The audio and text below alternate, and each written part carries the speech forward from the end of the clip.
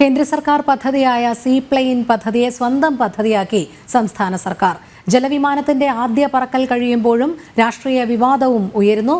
കേന്ദ്ര സിവിൽ വ്യോമയാന മന്ത്രാലയത്തിന്റെ റീജിയണൽ കണക്ടിവിറ്റി സ്കീം പ്രകാരം നടപ്പാക്കുന്ന പദ്ധതിയായ സീപ്ലെയിൻ സർവീസിനെ നവകേരള പദ്ധതിയായി അവതരിപ്പിക്കുകയാണ് സംസ്ഥാന സർക്കാർ.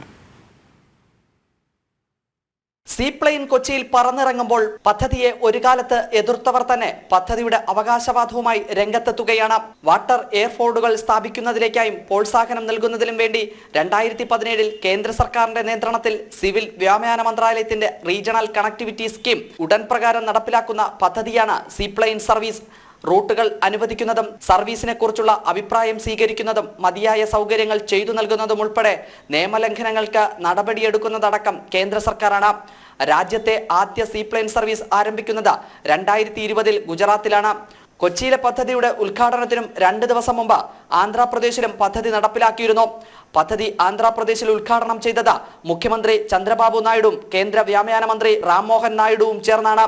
എന്നാൽ കേരളത്തിൽ പദ്ധതി നടപ്പിലാക്കുമ്പോൾ കേന്ദ്രമന്ത്രിസഭയിലെ പ്രതിനിധികളോ പ്രതിപക്ഷ അംഗങ്ങളോ ഇല്ല. കേരളത്തിൽ മാത്രം പദ്ധതി പിണറായി സർക്കാരിന്റെ നവകേരള സീപ്ലെയിനാണ്. ജനം, കൊച്ചി.